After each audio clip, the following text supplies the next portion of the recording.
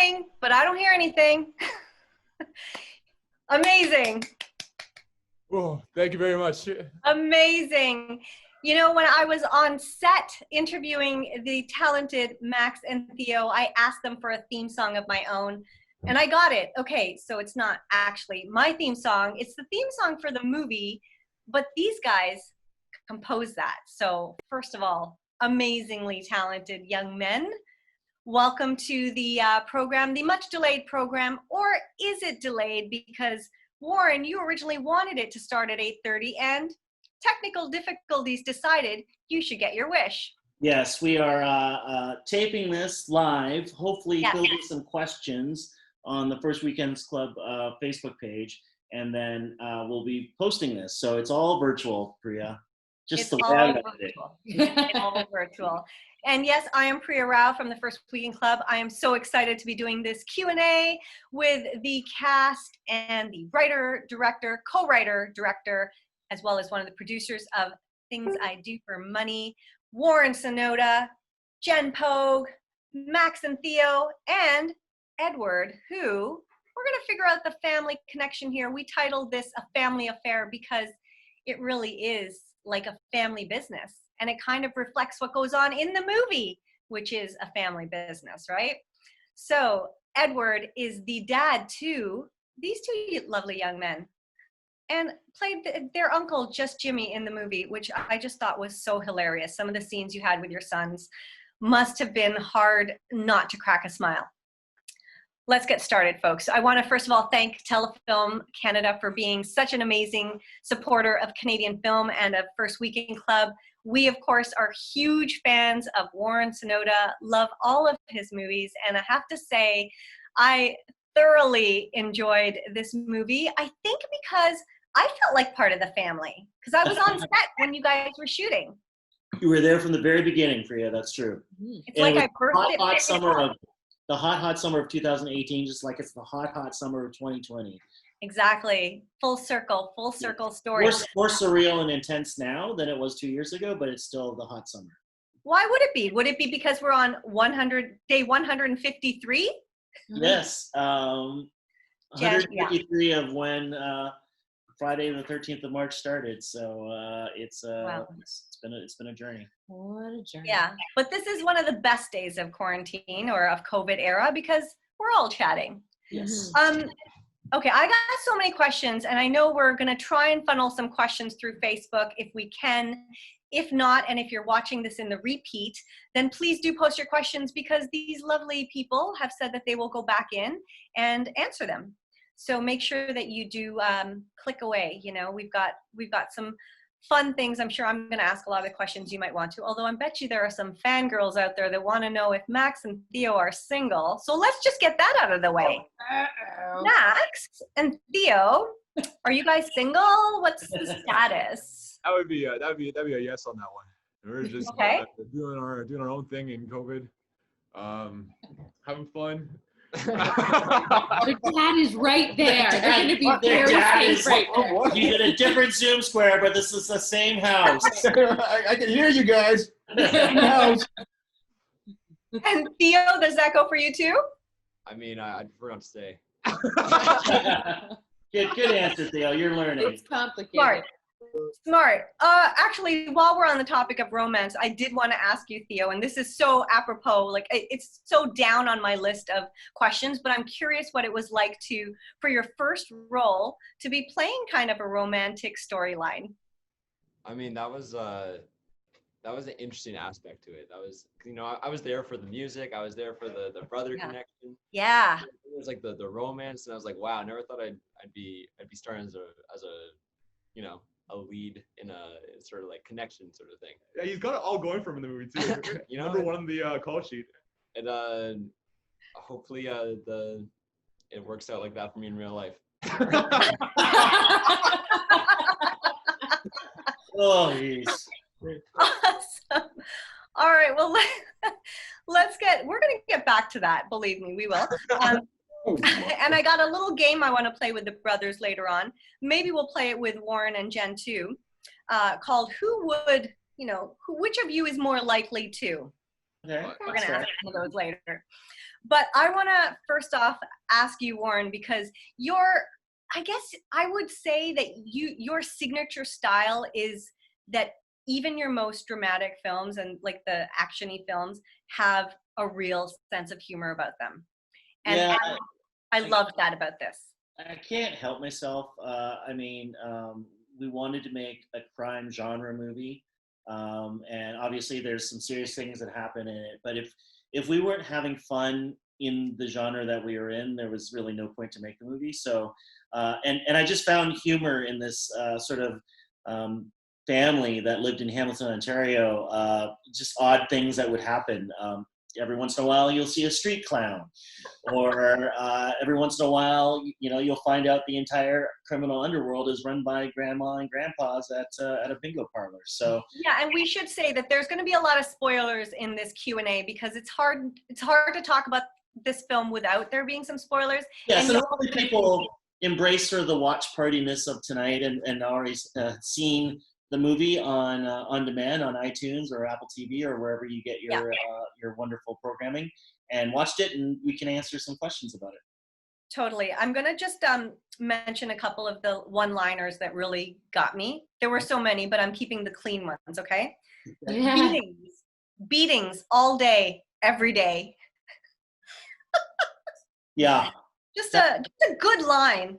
That For was an early one that me and Gary kind of came up with as we were putting it together, and kind of captures Dax Lowe's character, Alexi Raduli, and also Danilo Reyes, who plays Gonzo in the movie, shows his sort of cool demeanor around Alexi, and it's a nice sort of counterpoint. So we wanted to tell the audience you can laugh while you're watching this movie early on, and that's kind of the line that signifies, okay, this is going to be fun instead of just intense. So it wasn't just your mantra for the writing process? Yes. Beatings all day. And the filmmaking. Every day. Honestly, and then he goes to prove that in a later scene when Rhett Morita, who plays your dad in the film, yes. when he's duct taped, but like duct taped in a very unique way, and a lot of it.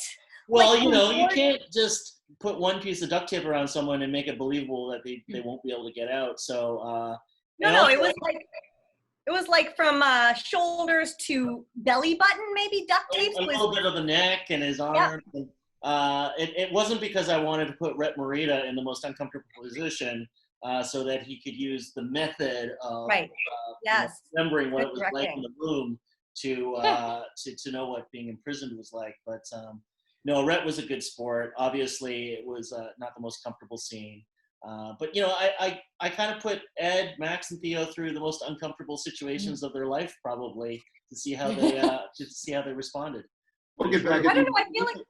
I feel like Theo got away with it pretty easy. He didn't have to kiss anybody. He didn't have to Close.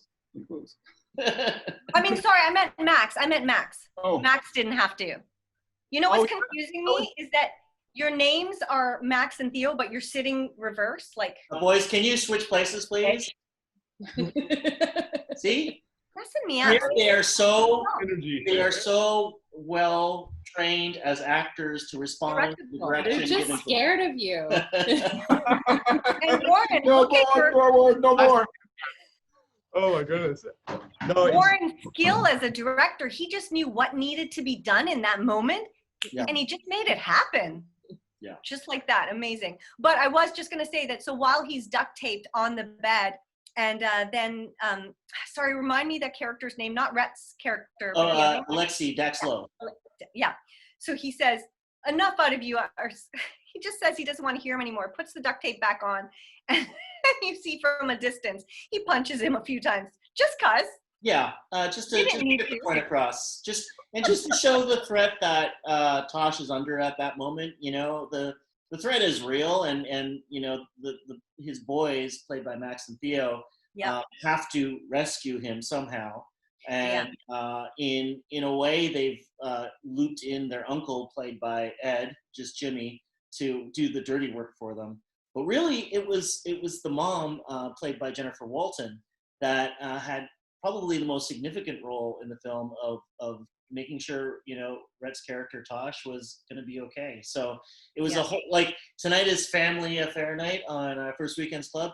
It certainly was a family affair on Things That Eat for Money. Yeah, seriously. And let's talk about that family side of things. Edward, you and your Just Jimmy, also just the Just Jimmy business was like, even in his, spoiler alert, okay, guys? If you don't want to hear this, just plug your ears for the next 4 seconds. Even in his dying breaths, Just Jimmy, son. That's like, how many times did you have to do that before you could do it without laughing?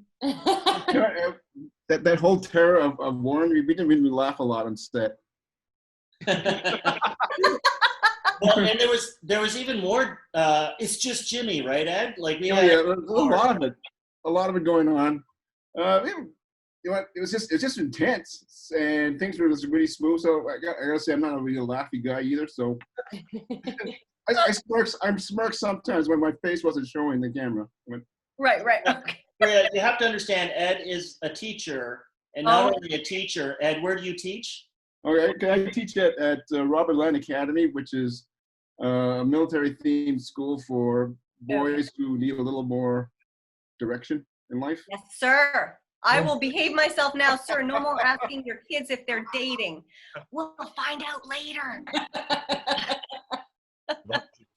Okay, I want to squeeze in one question, a couple of questions that are coming in. Jen, for you, let's say, do you know if you have a Blu-ray release date? Is this a thing people do, Blu-ray still? I do it. I'm waiting for the DVD. No offense, Just Jimmy, but you're of that generation. We will be having a Blu-ray DVD release in the fall. So stay tuned. Yeah, stay tuned. And we're going to pack it with, so Anna Catley is our amazing editor, and she's been working very hard putting together a blooper reel, the deleted scenes, and some behind-the-scenes footage. And Max and Theo and myself will probably do a little commentary track. So, it will be one of those DVDs that has a lot of awesome stuff on it. And also, do you want me for anything in that? Like, I'm just saying that, like, I'm happy to.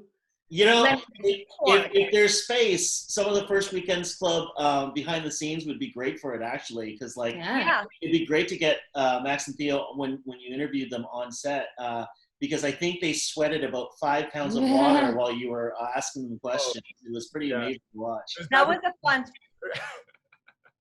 a fun one, and you guys played there too, and it was super cool on the deck that was out back. Yeah. Okay. Well, if you need anything, like, you want me to act out a scene or something, like a pretend editing floor scene. Warren's not paying attention. He's already. Priya, I'm watching your First Weekends Club comment section for incoming questions for you. Oh, don't worry. We've got Angelica on that. And I will ask. Okay. Chris asks, is there a sequel in the works? I have some ideas to share. Interesting. Tell us more, Chris. Tell us more. Maybe, we'll work something out. I will be the third-party intermediary. Right. Make sure there's a scene in there for me. Anyways, also a Luger. Why would the dad have a Luger? Is that how you pronounce it? Yeah, Luger is a German gun. It's a very interesting question.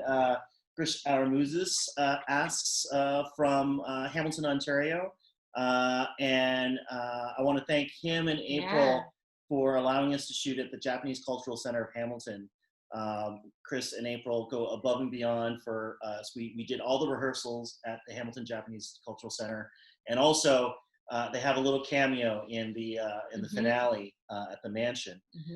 But he actually asked a great question, and I did not prompt him to ask it. But so in the film, Rhett Morita opens a box that he probably has had for a long time, and in it is a German Luger, and it was a specific sort of choice in that, ideally, if I had all the money in the world, which we didn't, this was a micro budget, indie film, I would have sourced a sort of a Japanese era pistol from World War II.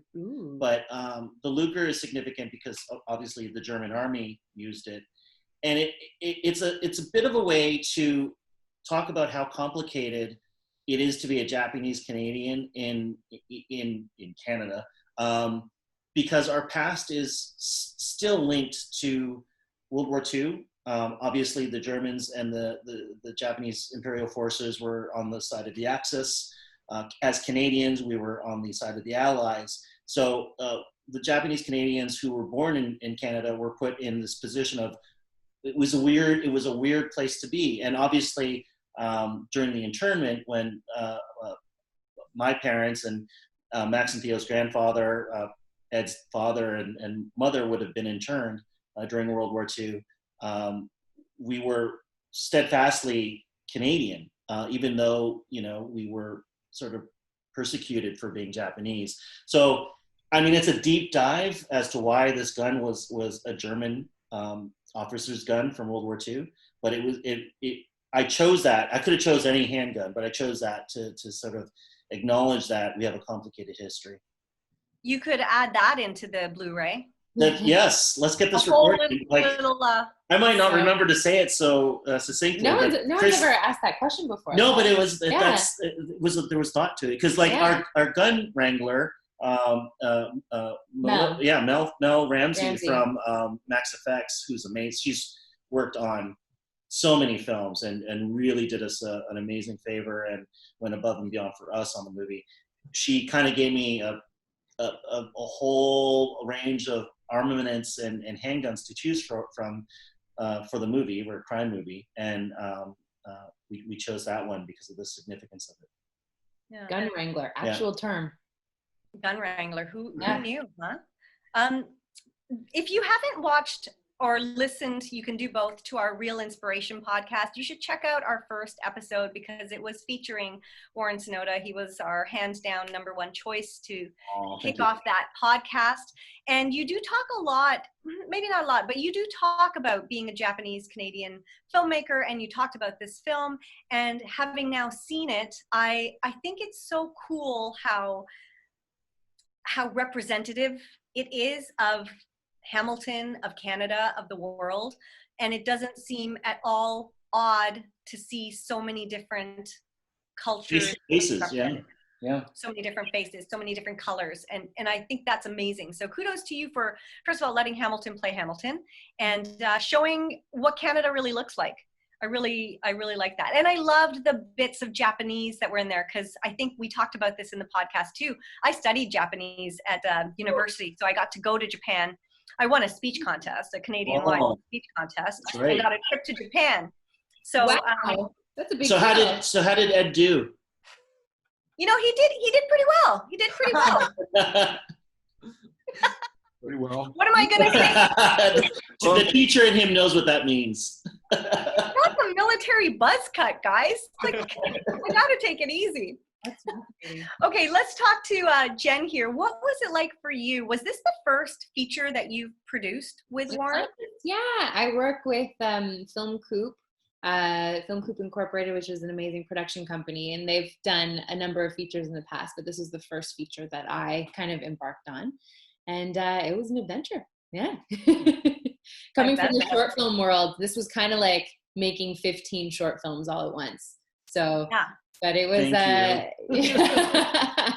it was pretty remarkable to see, like the payoff was incredible. Like there's nothing like getting to, we're still not even at the end of the road with it necessarily. Yeah. There was nothing like finishing it and being like, oh my gosh, we did it. For sure. Seeing it all those stages on film. I can't believe it. Yeah. Yeah. And it looks great. Like, I know you're saying micro budget, Warren, but I have to say it looked really, really good. We got really, sorry. No, go ahead. Yeah, we got really, really fortunate by, this was the first film that we were introduced to Christoph Benke, who was our cinematographer. And we hadn't worked with him before. Emily had on a short film, Emily, one of the other producers. So she introduced Christoph and Warren together, and he was great. He's from Hamilton. He knows it well. So good, so talented. Yeah, and he was, and this was his first feature film as well. So it was, that was kind of a chance as well. And the whole team, Yeah. Lindsay Rolt, who was a production designer, John Dunnett, who did costumes, our amazing on-set people. We shot in Ed's house, Ed and Alicia's house, which would substituted for the cello and violinist that gets their arm broken. So everybody kind of pitched in, to get places like the Hamilton Japanese Cultural Center to give us their entire facility to be our school, to shoot at Granddad's Donuts, or we were at This Ain't Hollywood before it closed down. It was kind of a love letter to Hamilton. Before we started this, we were talking about the end cello sequence that the boys were playing at sort of sunrise, and that's the escarpment. But really, it sort of captures what Hamilton has always been to me, which is this sort of demarcation between uptown and downtown in a real visual sort of way. And I found it really interesting. So it was great to capture Hamilton, and thank you. I thought Christoph did a great job. He did, and along with Christoph, he brought his A-team. He brought an incredible group of, I guess they were mostly men, a couple of women mixed in there too, but just unbelievable camera team. We're so fortunate to have them. They all work so hard.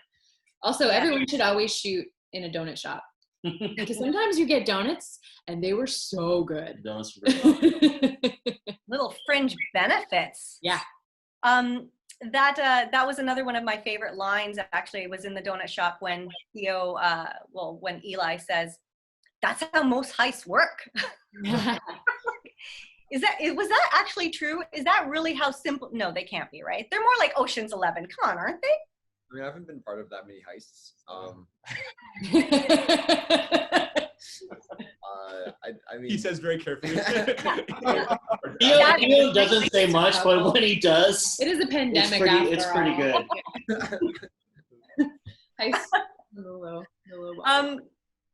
Okay, so a question for you, Jen. I don't know if anybody's heard. This will mean nothing to Max and Theo. It will mean something to Warren, Jen, and Edward. But they're bringing back Who's the Boss, the TV show. And so that brings me to the question that is on everybody's mind. When it was time to be on set, Warren and Jen, who was the boss? Let's be honest here. I think Warren was definitely the boss. Really? Warren was the boss of everybody. Yeah. Wow. Yeah. Okay. Warren, Jen's the boss in the house. I would say I allowed it because I was quite green when it came to feature planning. Let's just say I'm not sure who the boss will be next time. It's true. Oh, I think we all know. Yeah. We all know. Yeah. Okay, there's another question here that is, did you paint the blue construction trailer Yaguchi, or was that a happy coincidence? Ooh, good question. You also, maybe you can ask the question about Winnipeg and the Rocky I Mountains. will. Korea, and I can answer it all in one right now. Sure. Oh, so my other question was, did you actually film in Winnipeg and Banff?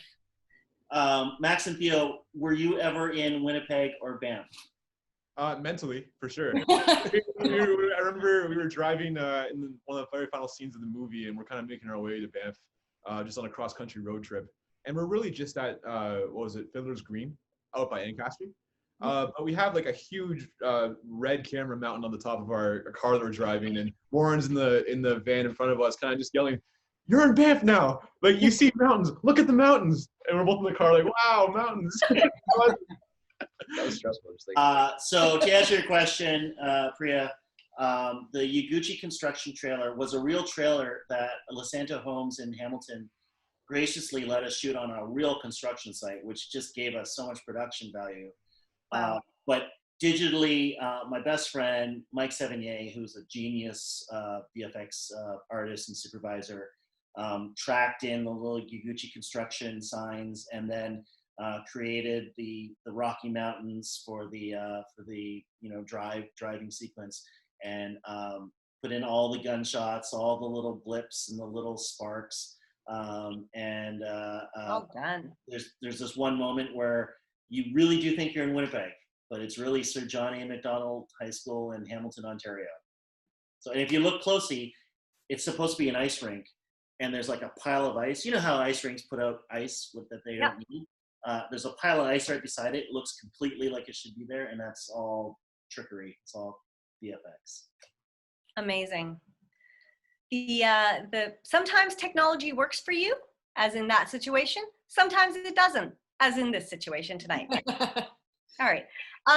Another question from Mitch is, and for this one, Warren, do you mind standing up and showing us your t-shirt? When will the official Things I Do for Money t-shirts be available? And how about some Wasabi Journey t-shirts? Oh, wow. Where are your Wasabi Journey t-shirts, huh?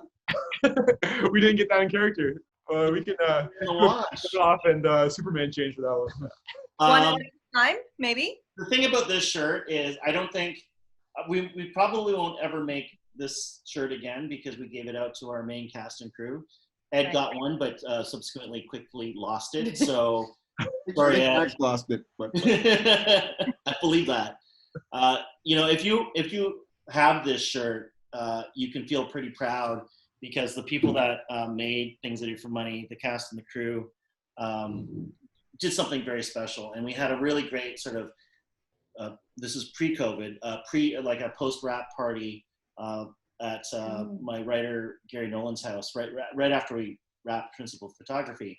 And we just kind of all went around in a circle talking about the experience that we had. And it was really just, it was incredibly moving to hear what everybody had to say. Max and Theo, do you remember that? Do you remember the feeling of that? The very final day of shooting, right? It was at the Brenda's mansion. And we no, at Gary Nolan's house where we all kind of got together. The wrap party. The wrap party. Yeah, that was an incredible feeling. I think we were all kind of on like this sort of high from no sleep and massive amounts of work. And so it's almost like, going through a dream and being like, whoa, we did this thing.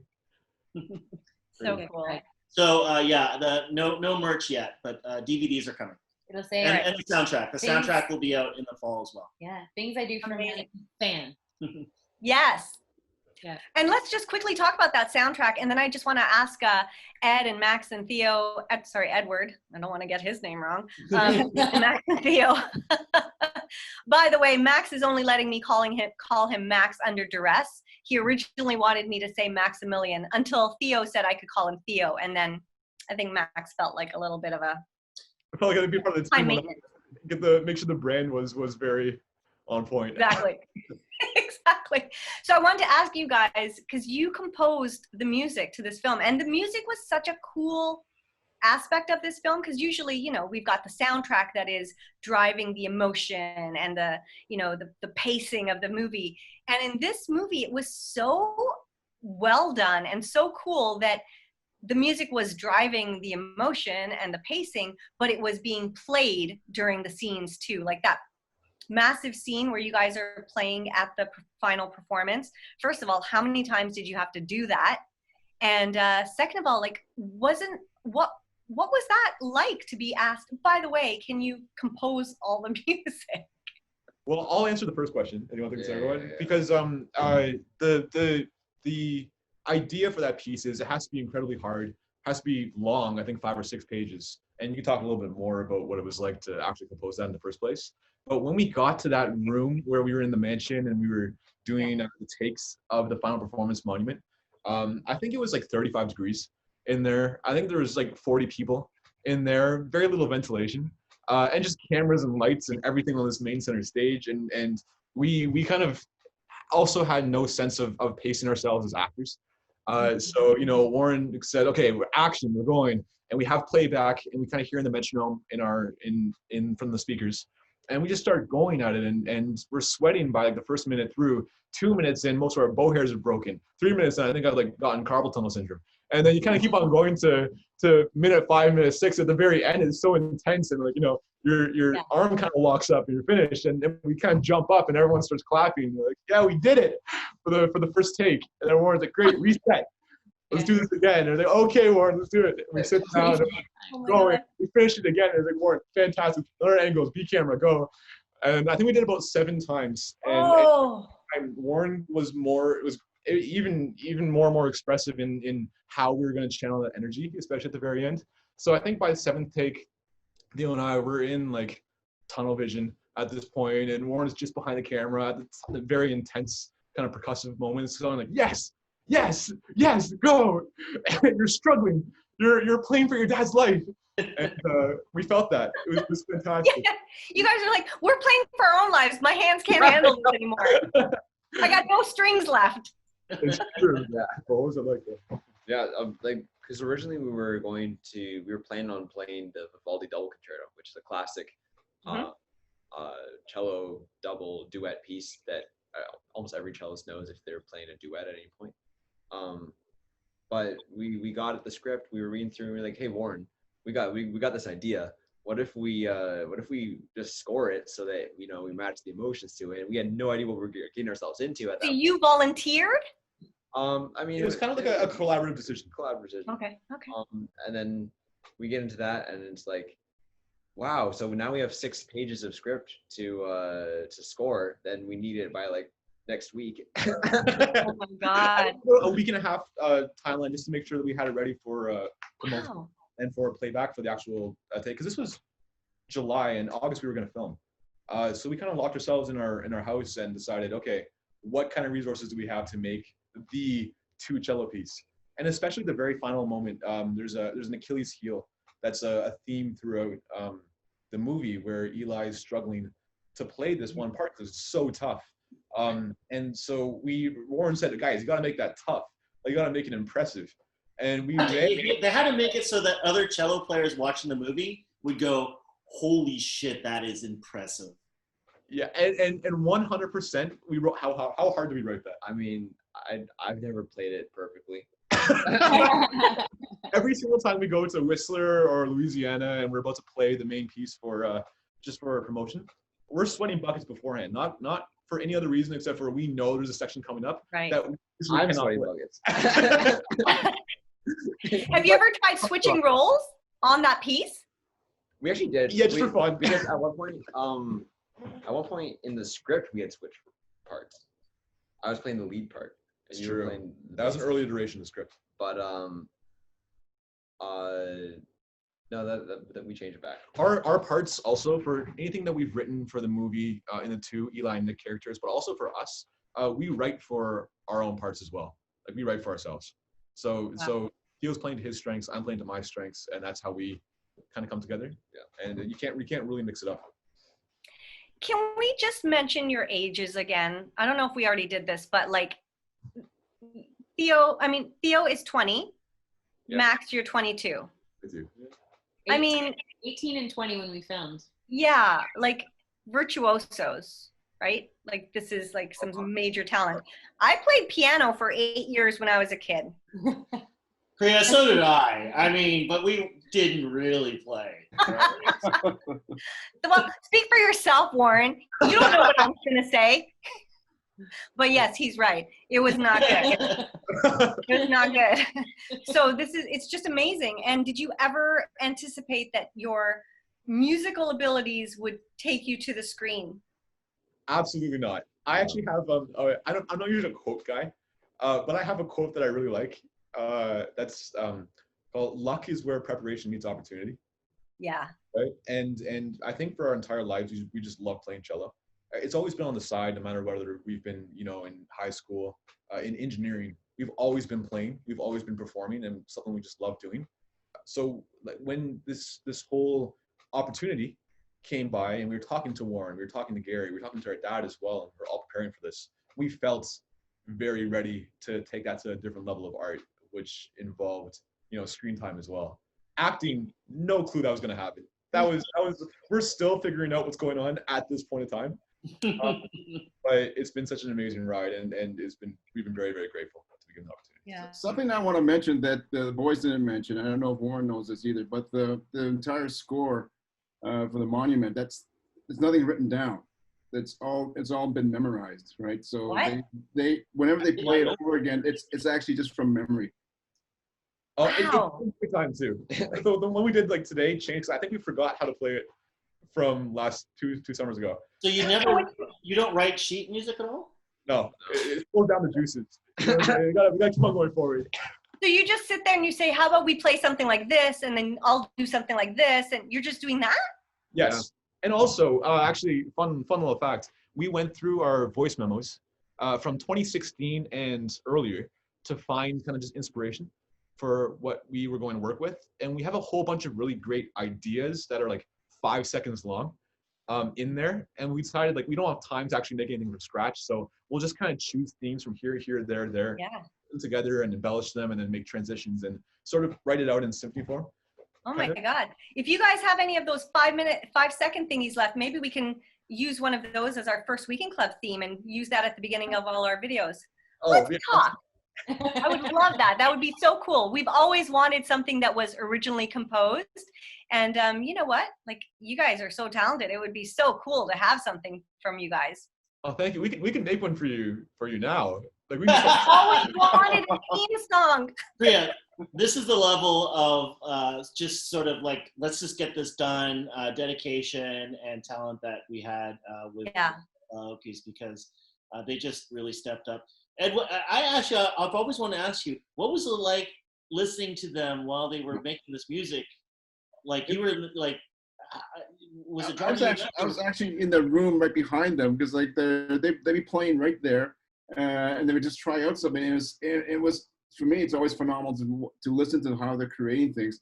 They just take pieces and they're talking back and forth, and then very rarely though they're yelling back and forth, but they're normally talking back and forth, and it's very fluidly. Something's just a piece together, and then they start over again, and it's all there again. And so it's not like, oh, I don't know how I did that, which would be the way I did it. But it's like it's all there. So it was like, what? Like what genes did they get that from, right? I was just gonna ask if they got their musical talent from you, Ed.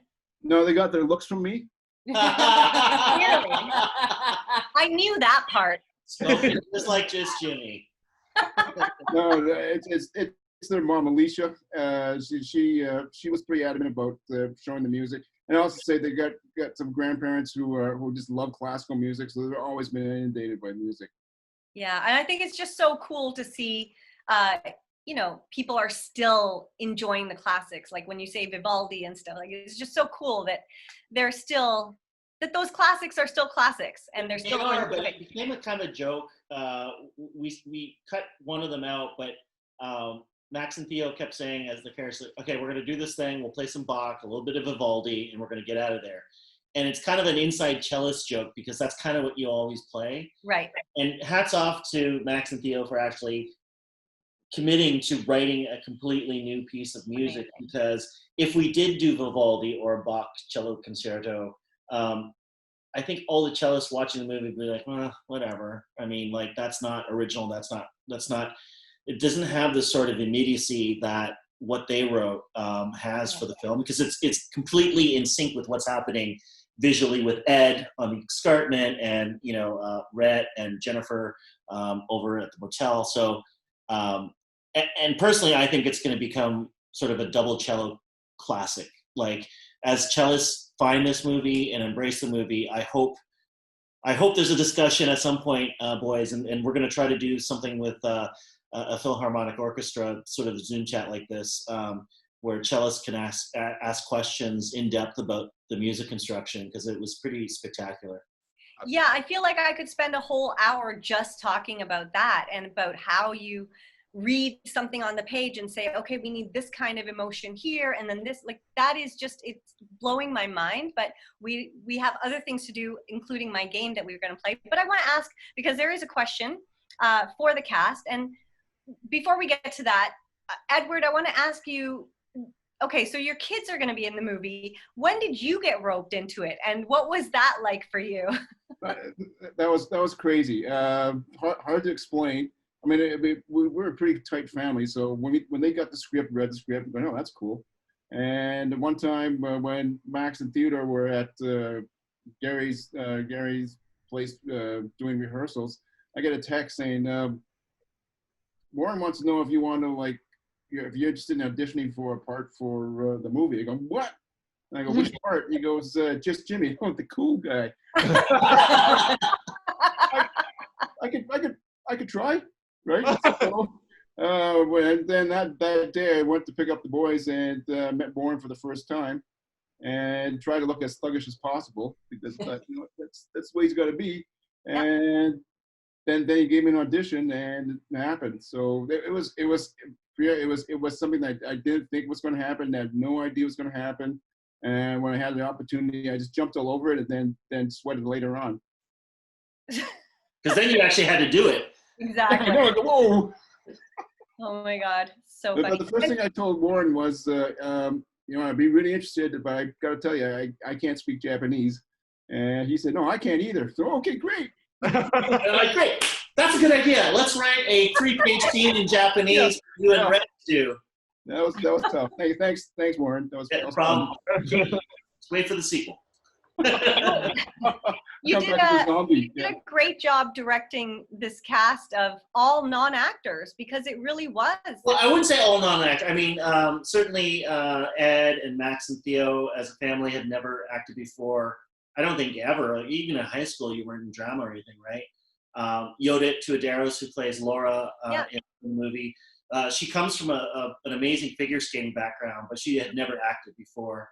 And a lot of sort of Hamiltonian actors who play various roles had never acted before. But Colette Zacco plays Brenda, a very accomplished actress from the UK. Dax Lowe, amazing actor. Jennifer Walton and Claudette Brundage run the Creative Theatre Company in Hamilton, Ontario, and they're wonderful actors. Shout out. Ariel Rogers is a veteran screen actor. So there are phenomenal actors, but the 4 Japanese leads, Rhett Morita, comes from film. He's an amazing cinematographer, award-winning cinematographer, big movies, music videos, TV shows, and he answered the call too. And I think for Ed and Rhett to step up and audition was helped me, because I was absolutely Jen was helping to cast the movie. She was casting the movie broadly. We could not find sort of older male Japanese non-union actors, because if you're any good, Hiro Kanagawa is one of my heroes. He works all the time. He's like a huge actor. This was a non-union film. I could not work with him. So it speaks to sort of like, if there were more roles for Japanese actors, there probably would be more Japanese actors. You know what I mean? So part of the reason why to make this movie is to say, hey, you can center an entire movie around a Japanese Canadian family and have it hold together. Hopefully, and not just with the Japanese Canadian community, but the BIPOC community in general. Let's keep making our stories so that we give opportunities to actors, so that so Max and Theo can be in another film, or Ed can play a good guy for once. Yeah, I thought it was a good guy. In your own story, Ed, just Jimmy is a very good guy. That's why I saw it. That's the way you had to see it. Good job. Looking like a true actor, Ed. Yeah. You should read my backstory. It's fun. Did you write your own backstory? Every night. Still am. Preparing your moment before for every scene? Yeah. Opportunity. Okay, so I have some questions we're going to throw at the brothers here, of which of you is more likely to, or which of you is more. So let's start with, which of you is more easily tempted? Do we point? Okay, I do think right? Like, Yeah, do the pointing. Yeah, we got it. Point 2? Yeah, it's that guy right there. Okay, so the film was actually accurate in that regard. Okay, good to know. Good to know. Actually, Which of you? Too is that something that's gonna be fun about this game itself is that we have very complementary like skill sets and personalities, especially for the movie, that get I think also exacerbated by the movie. So Right. I'm very much almost a character of myself, and Eli Theo, a very similar kind of thing there, which made it very like amazing writing to kind of immerse ourselves into and get into the roles easier.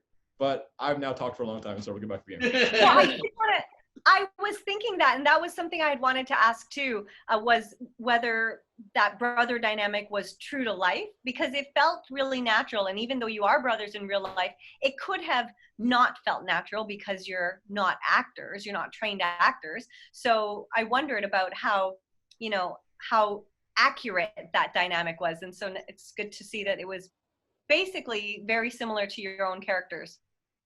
Okay. Let's see this one. Got the fingers ready? Ready. Which one of you is, Theo, you're doing this. Which one of you is more girl-oriented? Ready? Yeah. 3, 2, 1. Go. Max Oh and yeah, Elliot. Okay. that one scene in the red room when I'm surrounded by girls and like we're smoking with Alexi and drink. That's I'm not gonna say that's my vibe on camera, but I Dreams come true. appreciated that. He was pinching himself the whole time. We're doing a McMaster watch party tomorrow night with the students from McMaster, and Max and Theo are in engineering, and I'll ask the same question. I think there's so many personal friends. It's pretty great. Oh my God. Okay, good to know. Which one of you is more of a perfectionist? I wonder what Dad thinks. No. Dad, you tell us. Oh, that's Theodore.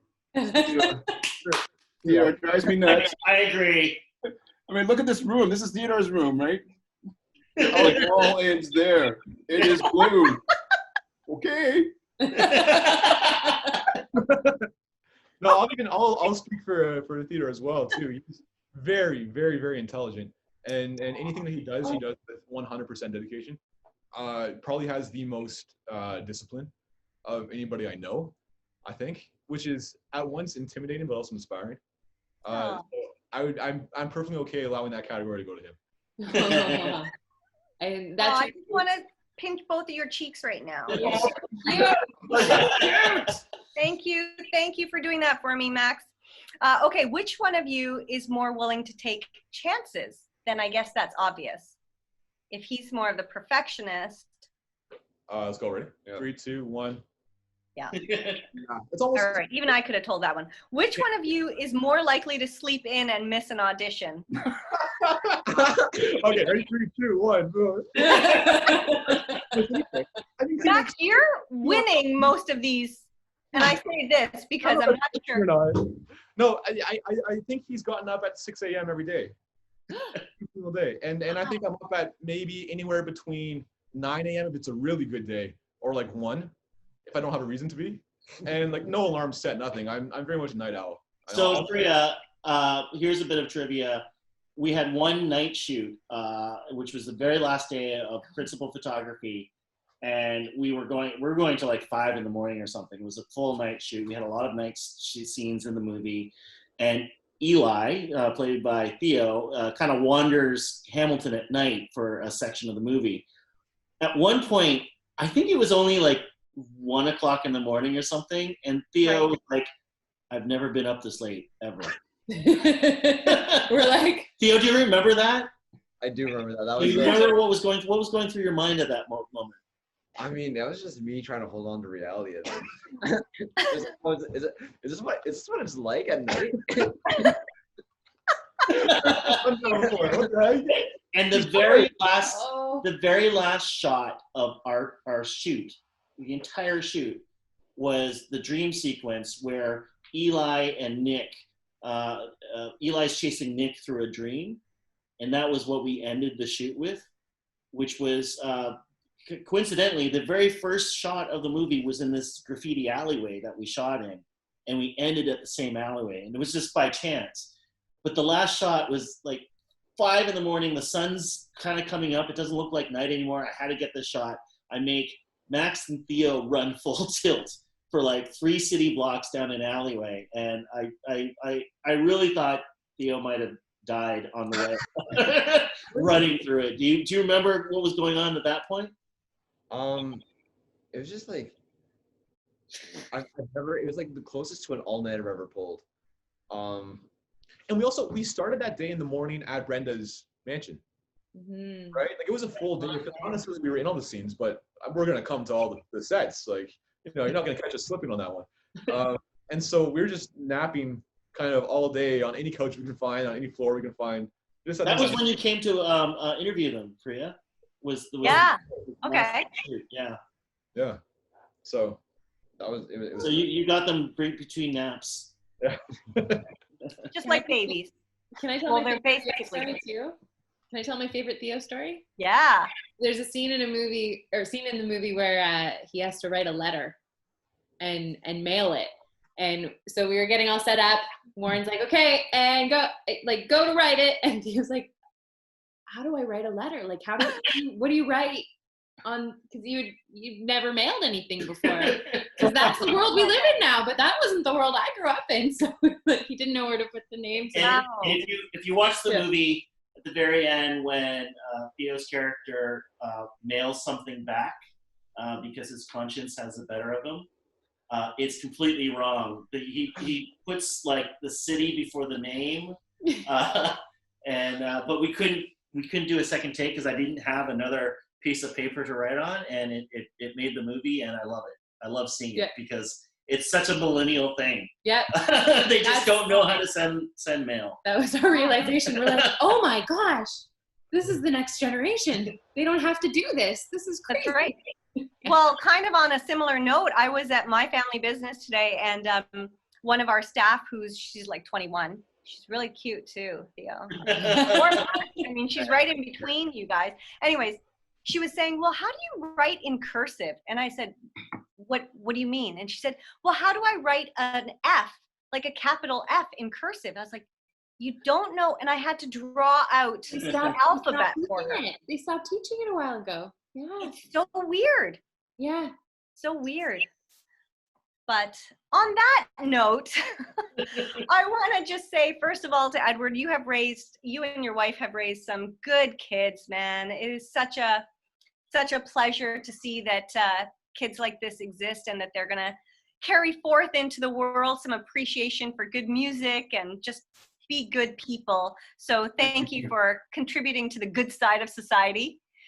And Warren and Jen, you've given us a film that is so much fun to watch. I mean, I could go on, but honestly, the bingo scene, just watch it, you guys. If you haven't watched it, the bingo scene and like who's the actual kingpin in this in this movie, or who are the kingpins, is pretty hilarious and just ingenious. I thought that was such a fun plot development that it killed me. So it's been. It killed them too, Priya. Spoiler.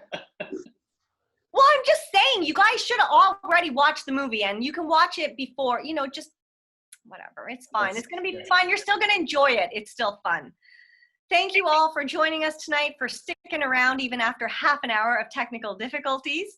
Max and Theo, do you guys want to just play us off as we say goodbye? Maybe I'll just wrap it up with a few more thank yous. And they look frozen. Are they frozen? I think they're frozen. Never mind. Frozen. That's the type of night we're having tonight. Yeah, I think okay, so I've already signed off. Or they're pretending they're like sing us out. Warren's gonna sing us out. We're not playing anything. We're done. Yeah. Jen and Warren, thanks so much. Love the movie Things I Do for Money. Where can people watch it if they haven't seen it already? You can see it on iTunes, Apple Music, Cineplex, Codco, Shaw, Rogers, Telus, Vimeo, Bell. In Canada, rent it or buy it. Check it out, and you can hear a little bit of the music here. I'll play some as we go. There you go, because they just dropped. So yes. Thank you, Priya. Yes. Thank you, guys. Thank you, First And remember to post your questions down below, because these guys are going to answer them. And don't worry, guys. We're just signing off. Sorry, we froze. We know. It's all right. I was rubbing my nose, but that's okay. Thanks so much, guys. It was a blast. Thank you. Thank you so much. Picture time. Picture 1, 2, 3.